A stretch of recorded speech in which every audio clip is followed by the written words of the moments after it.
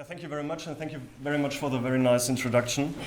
And thank you for the invitation to talk here today on a topic that at least I think is very important for future teachers of English. And it seems that you as future teachers of English find this topic interesting and important too. It's about inclusion and inclusive education.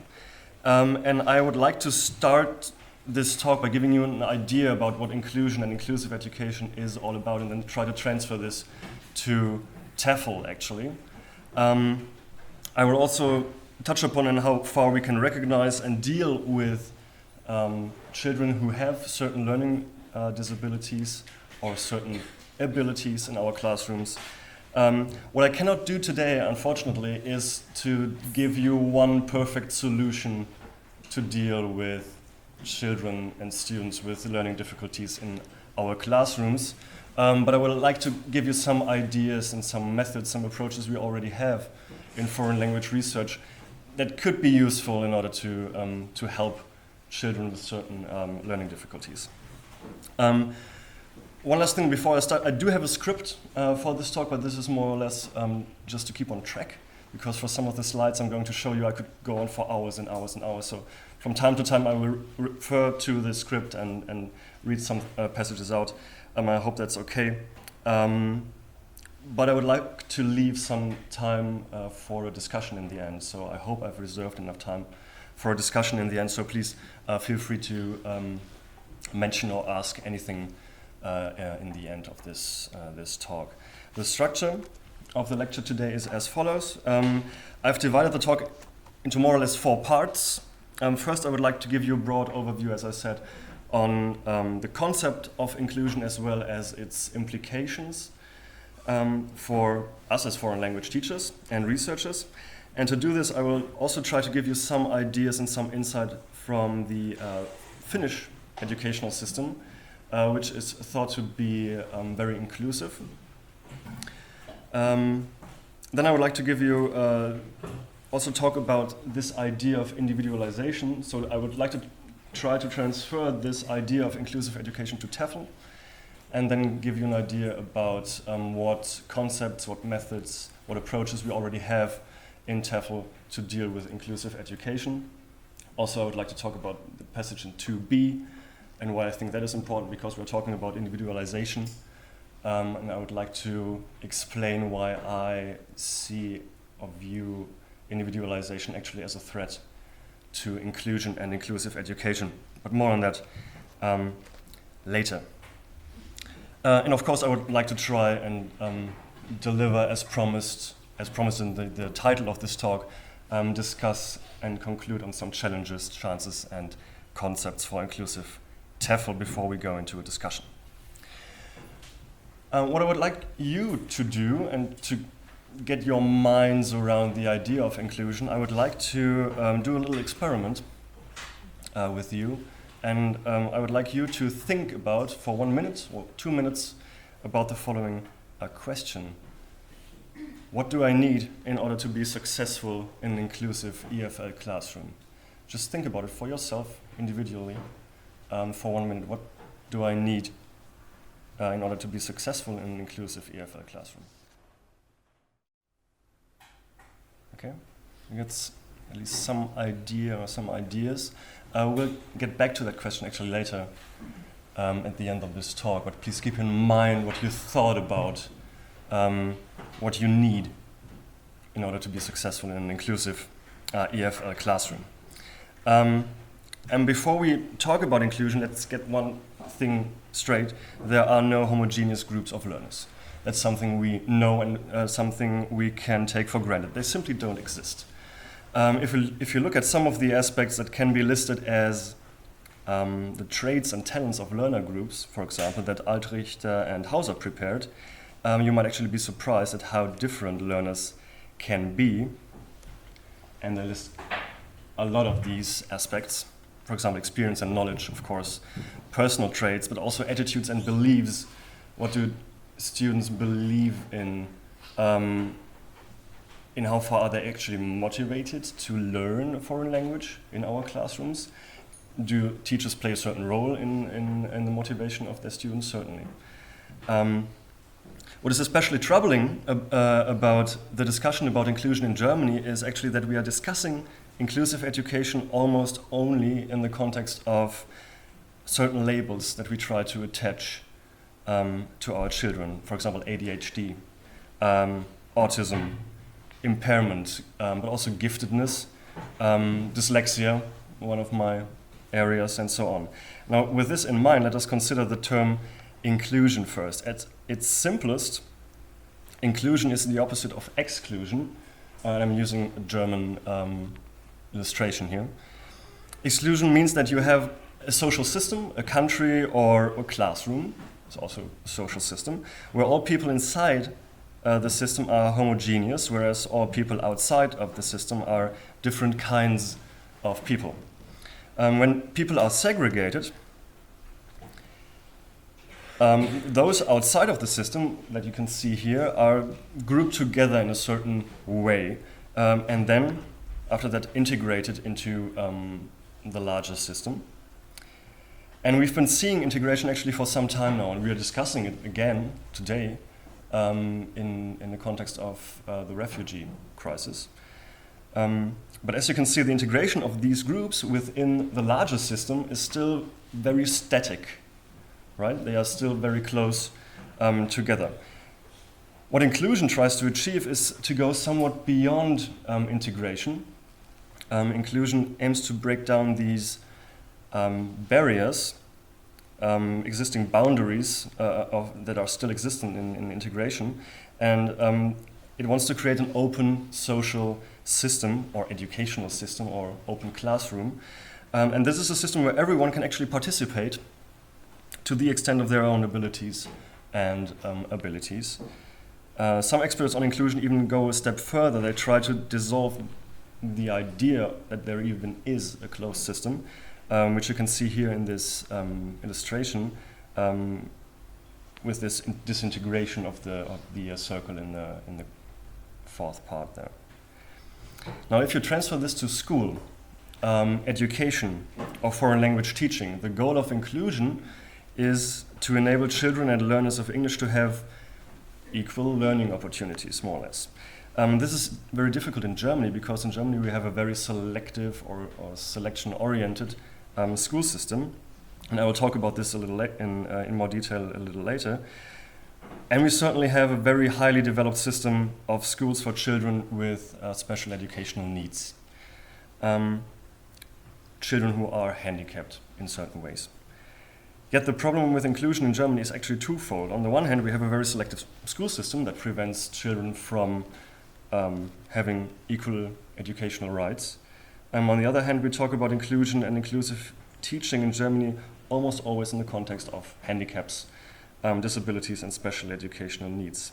When asked about inclusion, most people talk about some form of disability in Germany.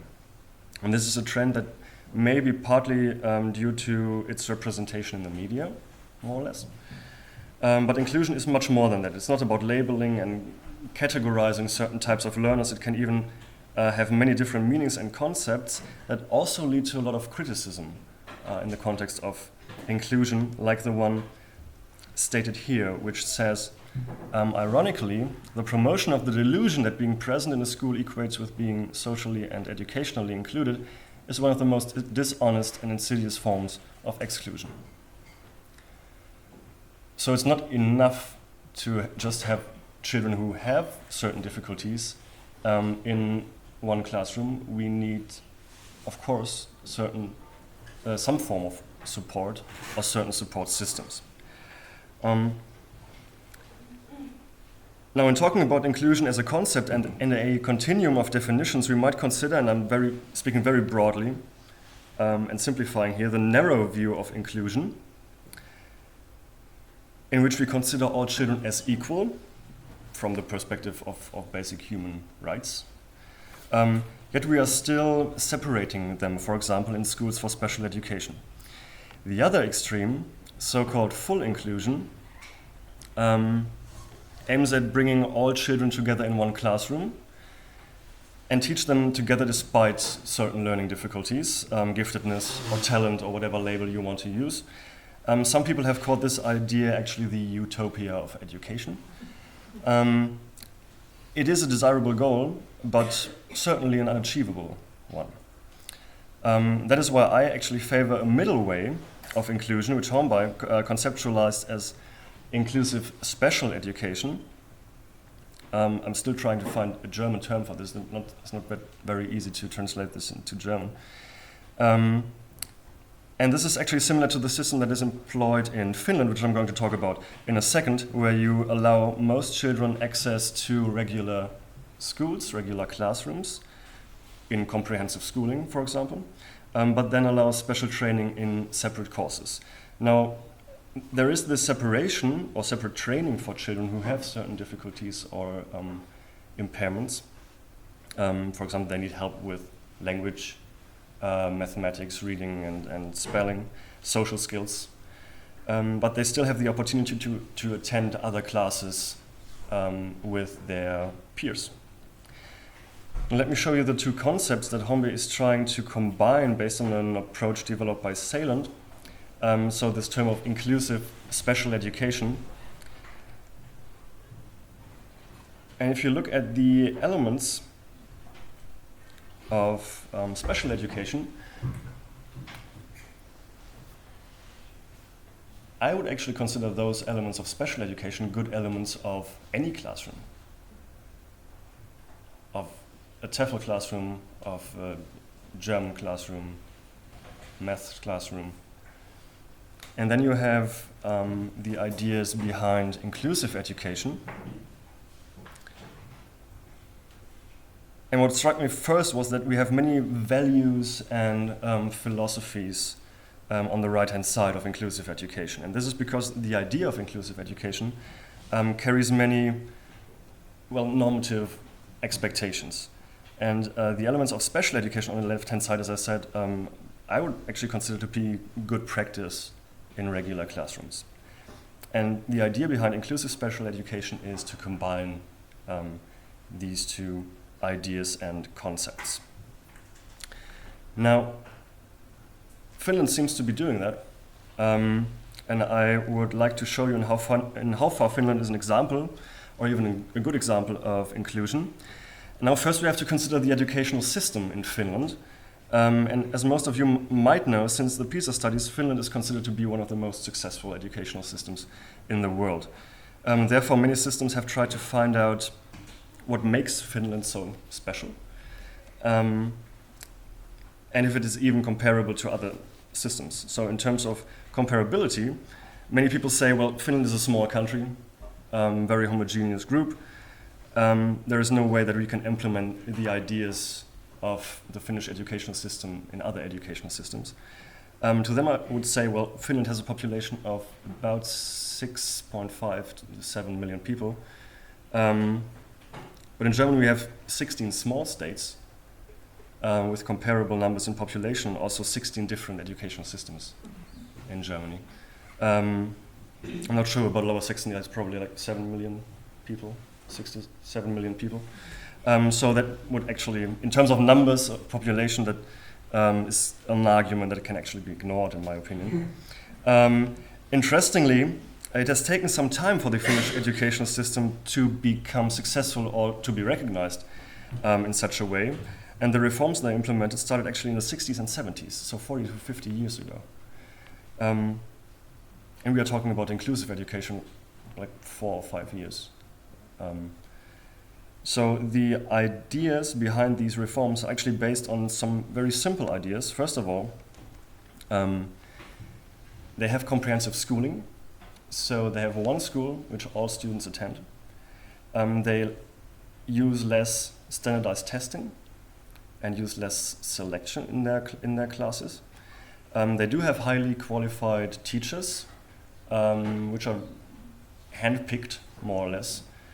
And they allow teachers to have more control of what they can do in their classes and therefore they give them more trust than we do in our 16 systems in Germany. So this all actually is in stark contrast to what we have here in Germany. And some weeks ago, actually, I went to Finland as a researcher, and educational tourist, if you want to call it that. I went to Jyväskylä, which is the red dot on the Google map there, actually, which is one of the most important centers for teacher education and education in general in Finland, also one of the centers for the PISA studies. And I wanted to see for myself in how far Finland could be seen as an inclusive educational system. Well, actually, it can't. Finland cannot be considered an inclusive educational system on what we think, or educational researchers in Germany think, an inclusive educational system should look like. And let me show you and give you some ideas how that can be the case, actually. That's what a classroom in Finland looks like. Doesn't look too much different from what we have in Germany. There are smart boards in all of the classes, which is also becoming more and more popular in Germany. Actually, I've attended many classes in Finland during my stay, but I've never seen one teacher use the smart board as the smart board, an interactive whiteboard. Yeah, it was like used to present something as a projecting space. This is what an English lesson looks like. Also nothing special. They do use, of course, cooperative forms of learning. Everything we are also discussing here, task-based language teaching, everything. The interesting thing I saw in the next class, the interesting thing there is a second teacher. So in the front there is a teacher trainee who's giving her a regular lesson, and the other teacher is a special ed teacher who's in that class, because in that class there are 4 to 5 students who have severe difficulties concentrating and have emotional problems. And she's there because of them, but she also helps all the other students during the lessons that she observes and supports the teacher. Now, Finland does not have an inclusive educational system in the sense of a very wide definition of inclusion. What they do have is a very good support system for students with special educational needs, and this is even supported by statistics, and I don't want to bore you with this, but what you can see here actually on this slide is the number of pupils having received special support in comprehensive schools, and the share of pupils in in special schools. And you can see that in the last 20 years, the number of students in special schools has dropped. Also, I read one article that said that Finland has an inclusive system, so there are no special educational schools. So that's a lie. They do exist, but their percentage is rather low. Less than 1% of pupils are in special schools. And these are the numbers of pupils in regular schools with special support. And in the second slide, in the second statistic,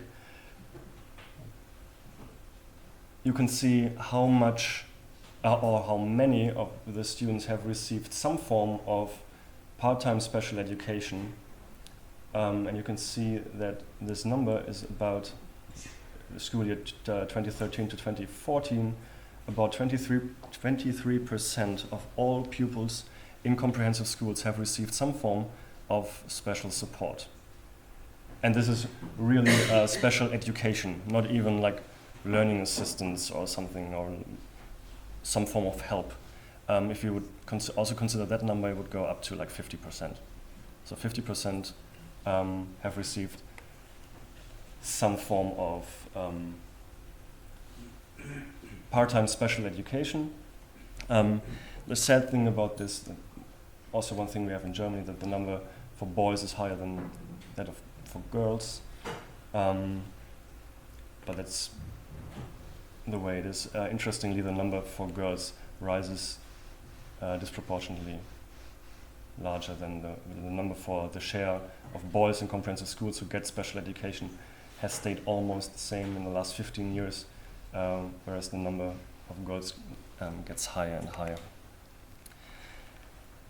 Now, the system has some flaws, actually, and is far from perfect, but it does provide very good support for children with special educational needs in regular schools. However, if children are taken out of regular classes, for example, for special training, in our German context, this would actually be considered separation, not inclusion. On the other hand, implementing these support systems in our schools might be a very good first step towards inclusive education in Germany. Let me support this with some insights from research on inclusive education, and I've tried to bring these results together on one slide, actually. And I've tried to separate this in terms of the learner's perspective, the teacher's perspective, and then I would like to already transfer this to foreign language classrooms and what research says about inclusion and inclusive education in our foreign language classrooms. Most of the research conducted in Germany on inclusive education is based on primary school teaching, because primary schools are our most inclusive schools in Germany. And the results actually show very promising results of including children with special educational needs in regular classroom. And it also shows that other students did not suffer from being put together into one classroom with children with special educational needs, which is actually a fear that a lot of teachers and especially a lot of parents have. On the contrary, actually regular students profited in a lot of other skills, for example, in social skills and learning. Now, from the perspective of the teachers, we see that special needs teachers are rather skeptical of inclusive education.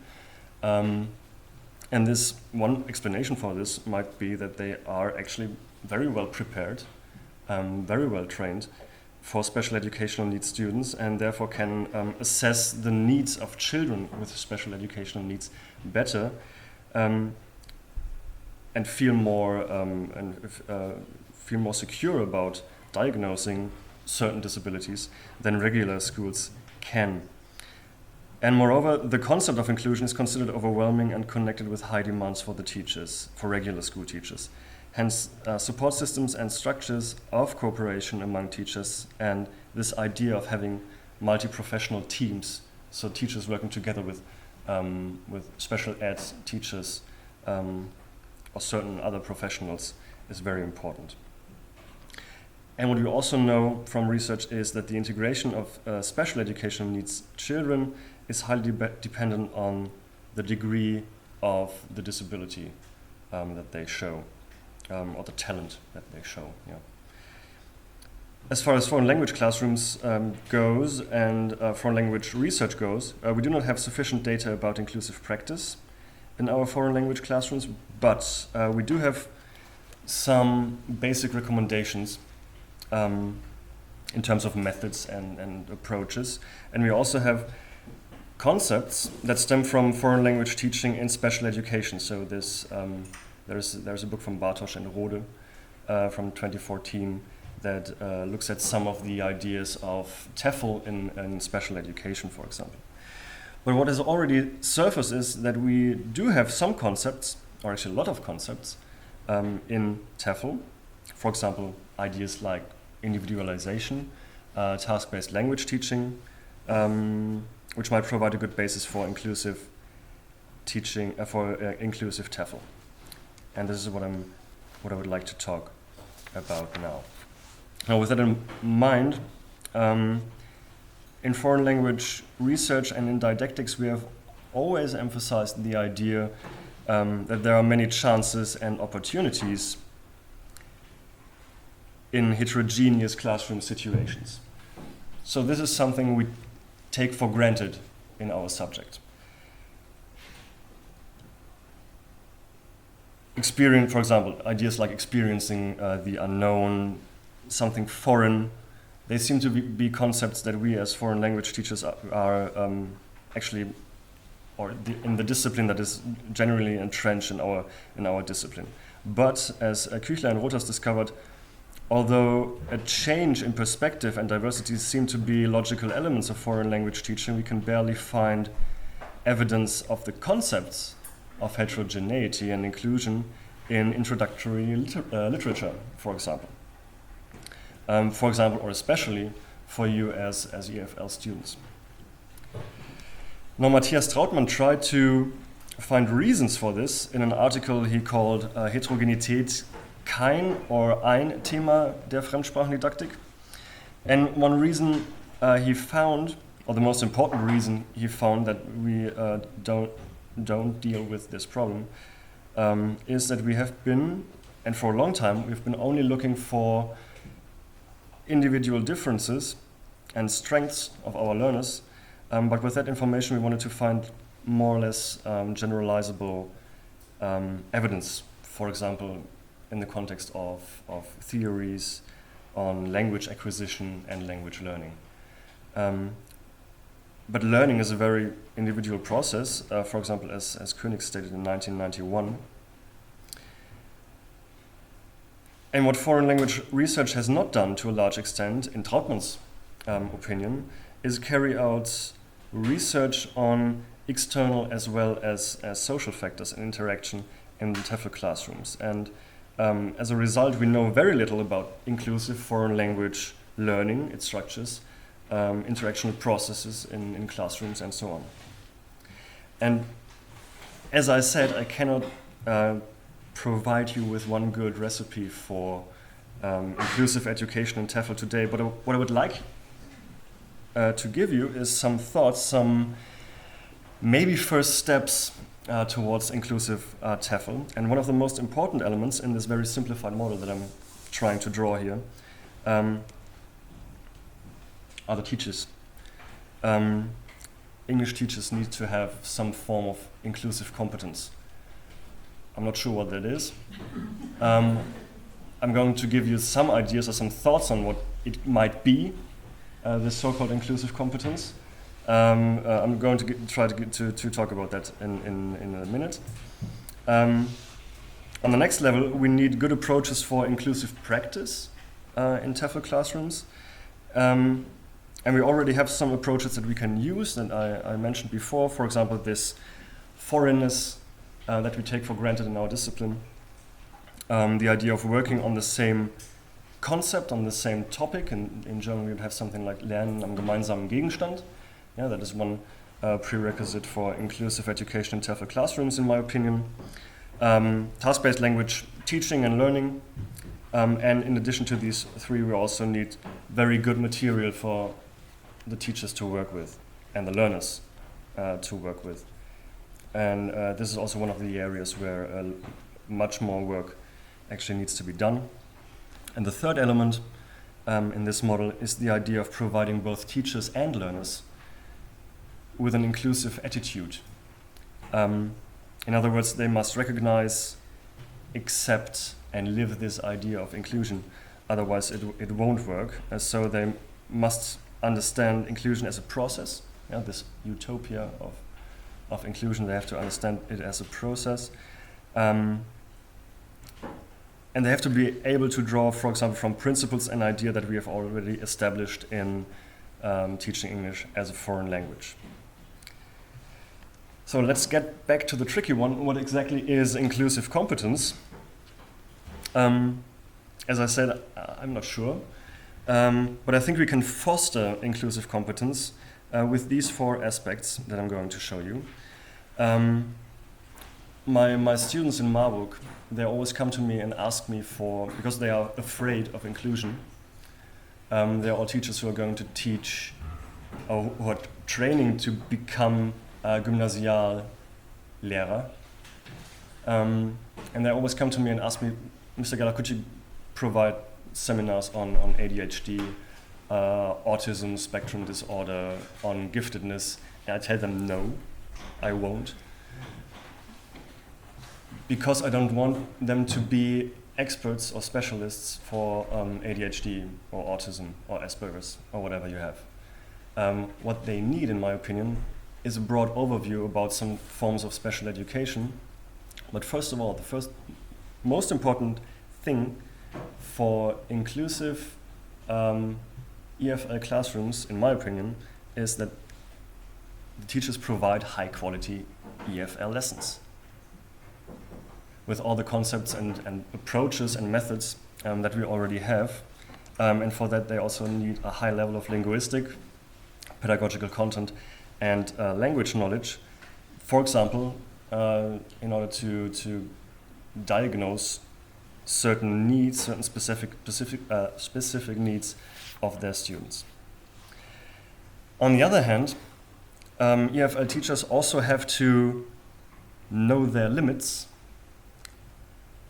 So they have to know when they cannot help a student with certain impairments or difficulties.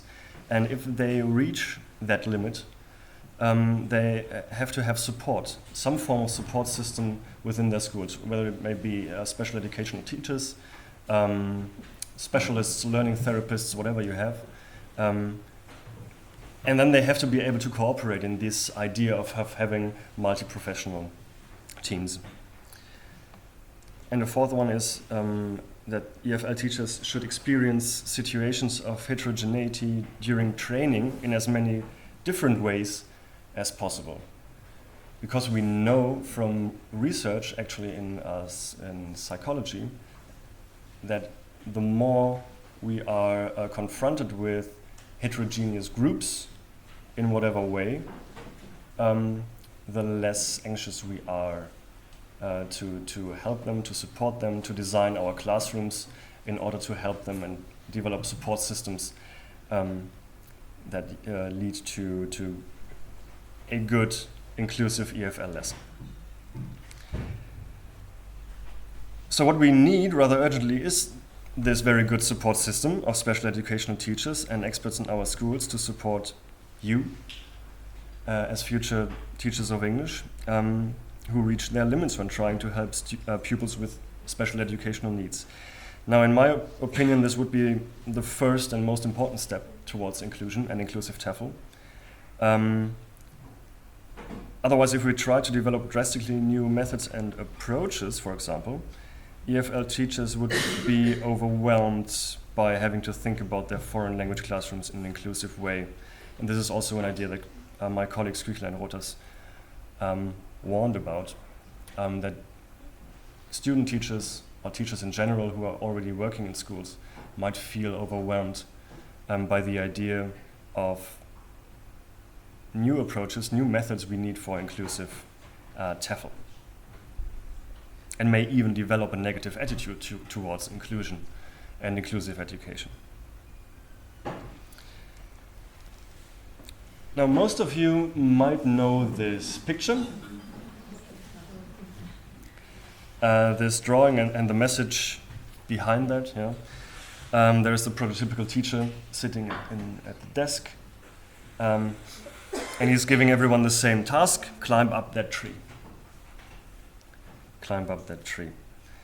And this is actually a rather old picture by Hans Traxler, but it is always shown in the context of heterogeneity, individualization, learner differentiation. It has been shown for like 30 or 40 years, actually. So the fact that this has been shown time and time again in different or not so different contexts actually illustrates the randomness of this drawing. So yeah, there was no way of excluding it from my presentation today. So it just had to go in there. But I really want to talk about individualization, as I said in the introduction. Because individualization is one of the most important parts of teacher training today, or to work with this idea of individualization. And individualization is also considered to be a very good first step towards inclusive practice. But let us look at the practice of individualization in our schools based on a study that Kunze and Sulzbacher conducted in 2008. And they asked teachers on the topic of individualization and individualized support, and that's what they said. More than 90% of the teachers think that individualization is not possible. Complex reflective instruments such as learning diaries or portfolios are used, if at all, only very rarely. There is unsystematic evaluation of student achievement only through traditional means, standard examinations, tests, unsystematic observations.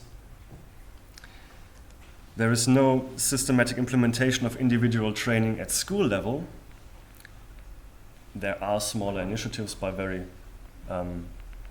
individual teachers, highly motivated individual teachers, in most cases very young teachers. There's almost no cooperation among teachers in diagnosing weaknesses and developing interventions.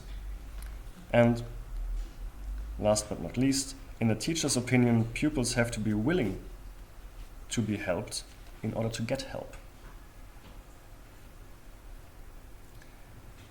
So what does this mean for our progression towards inclusion?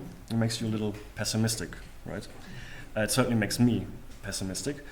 And I'm also worried, actually, about the way we talk about individualization in teacher training.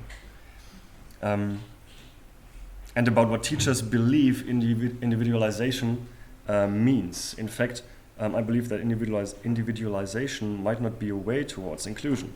It might even be a threat to inclusion, and here's why. In the last 2 years, I've been to two or three larger teacher training workshops on individualization, and all of them were actually very good, except for one thing. All methods and materials that were presented aimed at giving support to only one special student in class. For example, giving one student a certain task or special material or special worksheet in order to individualize foreign language teaching. Now, from the point of view of inclusion, this ensures only one thing, actually exclusion through individualization. For example, if teachers understand individualization as an approach to give individual tasks to individual students, they are excluding them from participation in a foreign language classroom. So in contrast, what individualization should do is actually, for example, intensify forms of cooperative learning in class. So it should ensure that students help, for example, other students who have certain difficulties in order to achieve certain goals. And by doing so, we can truly individualize and create, for example, an inclusive classroom based on trust, based on help, and also based on a positive attitude towards inclusion and a positive culture of helping, of cooperation, and of inclusion and inclusive education. And I would like to actually show you one example in how we can design such a classroom. And I would actually like to show you a whole lesson plan based on the idea of cooperation and individualization. And I got the idea for this through one of the Finnish colleagues that I visited, and one of the lessons that I visited, and I was fortunate enough to get her to give me her idea and her plan. And here's what she did. In the lesson, she told the students that they were going to open a new cinema in their town. This is grade 8, which is going to show all of their favorite movies. First thing was, please discuss and find a name for your cinema. So you could actually fill in, open a new cinema in Lüneburg with all your favorite movies. First step was find a name for your cinema. What she wanted them to do is have a party, a grand opening party of their cinema in, there it was Jyväskylä, here would be Lüneburg, and this was going to be the last lesson of her lesson plan. So she started to think about, what do I need for my students, for my pupils? What do they have to do? And these are three of the aspects that she wanted them to do. They had to plan a program. She wanted them actually to think about what movies what movies would go into that program. She wanted them to think about marketing, to get an idea about what they could, in how they market and promote their new cinema. And then they would have to have a party planning commission, who's getting the drinks, who is delivering a speech, an introductory speech or welcoming speech for the guests. And these three aspects, in order for her students to fulfill these aspects, she had to do some language work and also use some methods and approaches to help them. For example, in the context of program planning, they needed to be able to run discussions. They had to write summaries for the movies that they wanted to put into the program. For the party planning commission, her students had to be able to give feedback for the ideas of marketing. If they wanted to prepare some promotional material, they would need the vocabulary to do that, and they would also need to have some idea or some competencies in the forms of ICT, some design ideas, some artistic competence. And this was one whole lesson plan, and with several actually elements where you could individualize and also integrate, for example, special educational needs teachers to help students if they needed help. Now, if this way of structuring and planning lessons rings a bell, well, it should. Because this is actually task-based language teaching and learning. And based on all the principles connected to TBLL, and I'm using this approach or this illustration based on a concept by Stevica and developed further by Leupold, but you could also, for example, use the concept of the task cycle by Willis. And this emphasizes the idea of having one shared concept, and then have all students working together on the same idea, on the same task, which is the right one. This is the task, and these are all the activities, the support and coaching that goes into the lessons, in terms of language support, in terms of methodological support, in terms of content. And but there are still multiple elements in this lesson plan where we can differentiate, individualize, use cooperative learning methods, and as I said, even implement, for example, special ed teachers that can help. So we already really have good concepts, ideas, and approaches in foreign language teaching that enable us to deliver high quality English language lessons, for example, task-based language teaching and learning, and the principles of individualization and cooperative learning. But what if we have students in our class where we, as teachers, reach our limits, as I said before? What if we cannot help them any further?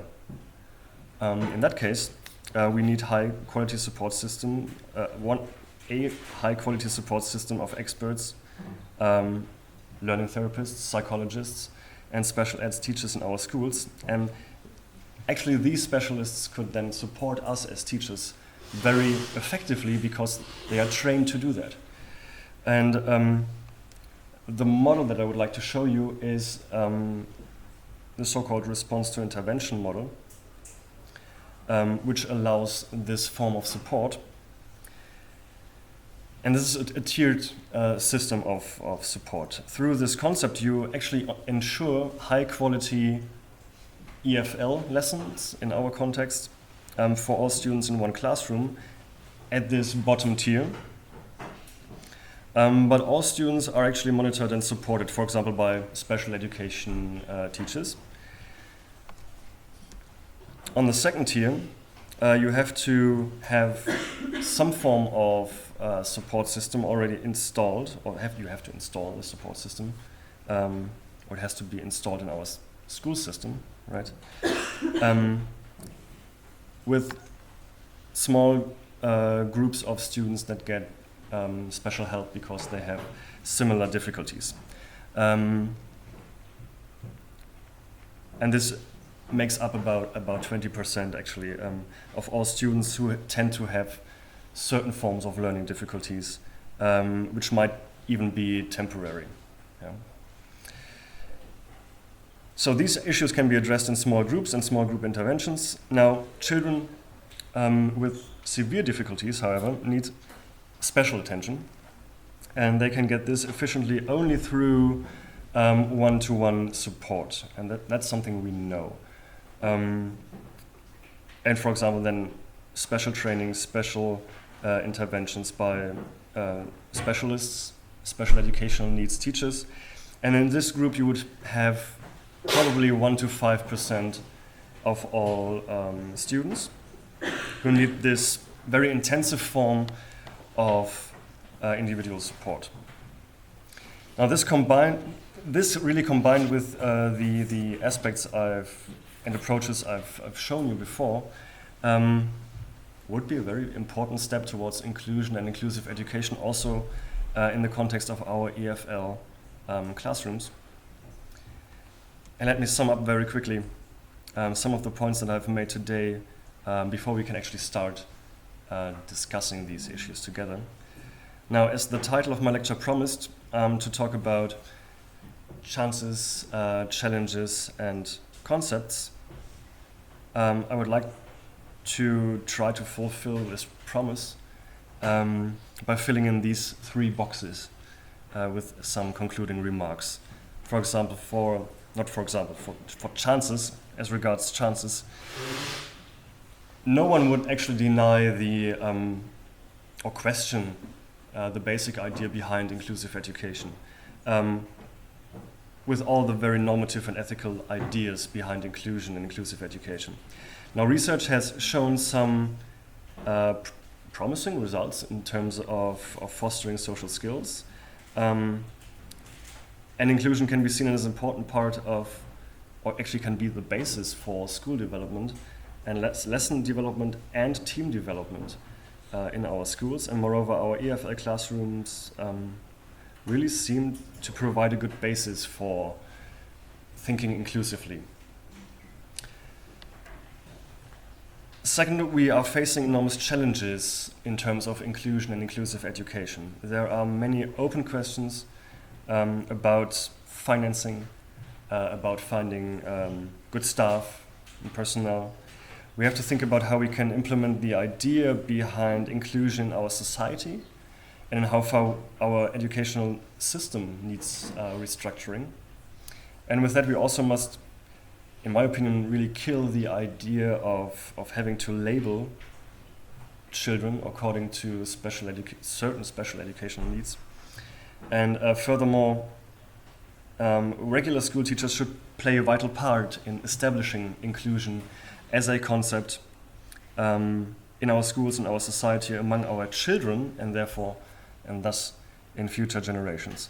And we have to implement these concepts and ideas of inclusive education actually in all areas of teacher training and teacher development. There's not one area that we can neglect. And finally, the concepts, as I've said many times, I'm convinced that we as foreign language teachers and researchers already have a lot of very good concepts at hand. Lots of very fruitful concepts which can be applied easily. We have to think about them maybe a little bit more in terms of inclusion and inclusive practice, and certainly have to develop them further in the context of inclusive practice. We just have to do it.